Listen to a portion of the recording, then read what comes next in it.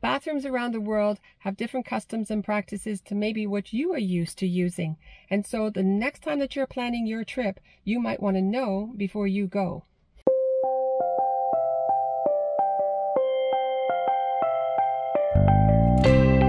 Welcome back to Your Travel with Olivia. I'm Olivia, and this is the channel where you come to for news and advice on traveling smart, safe, and also with a plan. I was just out for a walk and I had to use the Johnny on the spot, the porta-potty, whatever you want to call it. And it dawned on me that the practices around our toilets are a little bit different, especially when you're traveling. I know I've traveled to a few places out there where I'm thinking I am not used to going to the bathroom this way. And I thought that'd be kind of like a really interesting topic for us to talk about today, and to kind of give you an insight and background into some of the places around the world and what their bathroom practices are. For instance, are you aware that 7 billion people in the world do not use toilet paper?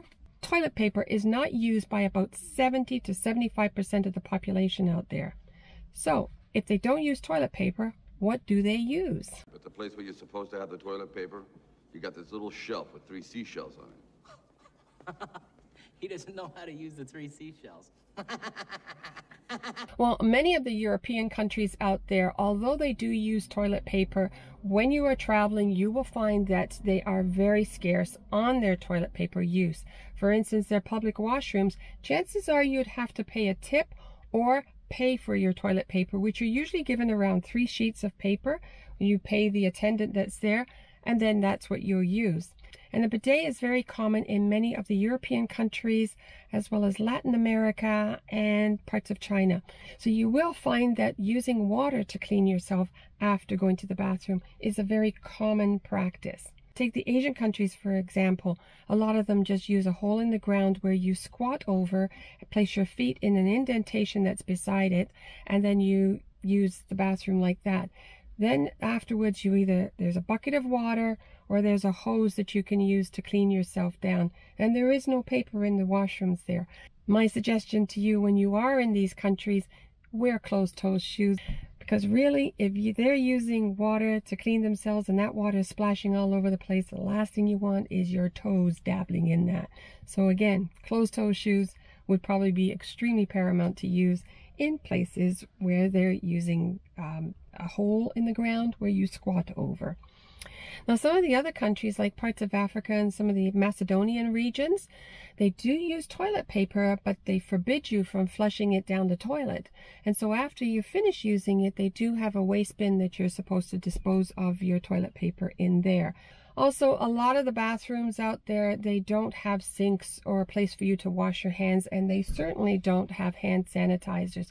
So carrying your own hand sanitizer with you, as well as your own toilet paper when you are traveling, is very important, I would say. Now, there are some countries out there that don't have toilet paper at all.